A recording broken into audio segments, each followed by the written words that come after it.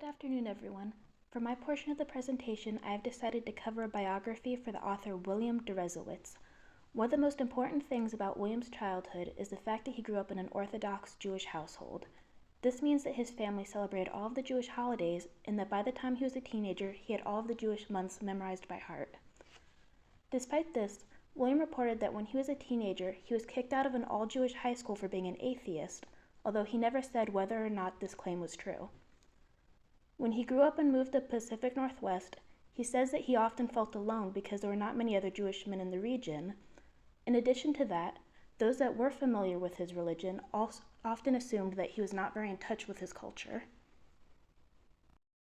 William spent many years at Columbia University and earned lots of degrees, including a Bachelor's of Art, Master's of Science in Journalism, Master's of Art in English, Master's of Art in Philosophy, and a PhD in English, all of which he earned over a 13-year period. Naturally, struggling to earn this many degrees in such a fairly short amount of time produced a lot of stress for him. This is primarily because he was also determined to always receive the highest marks possible, and as a result spent a great deal of time studying in addition to his normal coursework. Even though he earned all of these degrees, when he turned 35 years old, he began to feel that his education was lacking something important. One of the main things that he felt he lacked from his education was the ability to speak with everyday people. Having come from an elite background, he mentions a situation where he had to hire a plumber, but when the man got to his apartment, he had no idea how to hold a conversation with him. Given his past, the concept of having to have normal conversations seemed unimaginable to him. Another complaint that he has about the education he received is also that he grew up not understanding that there are people that would not be considered smart in the traditional sense. While he and his family regarded being smart as being knowledgeable when it comes to your school subjects, he was never aware about the concept of street smarts. This made him look down on people simply because they had a different kind of knowledge than he did. This sense of superiority was present for his entire life until he realized that what he possessed was a false sense of self-importance.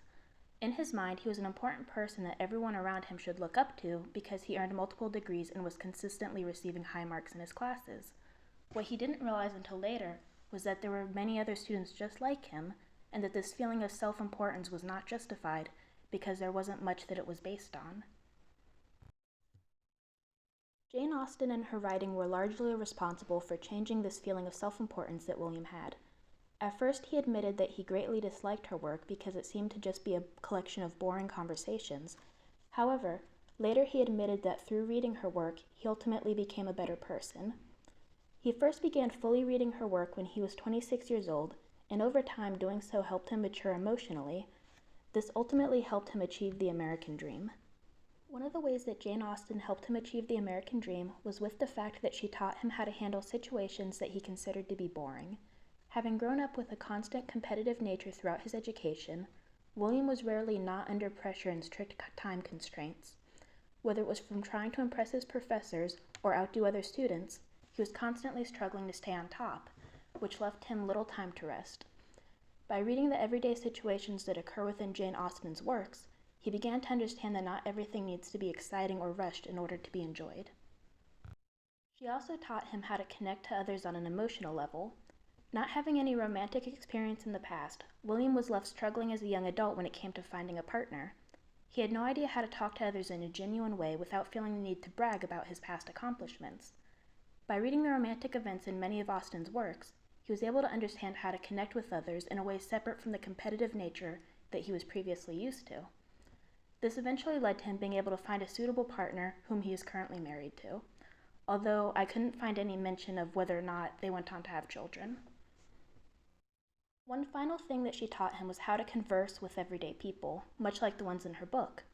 Prior to reading her work, he was only exposed to those with the same elite background as himself, so it was necessary for him to have a representation of how everyday people speak to one another so that he could better connect with those around him. By being able to talk to others, he began to be able to lead a more fulfilling life with exposure to conversation topics he may have never even previously imagined.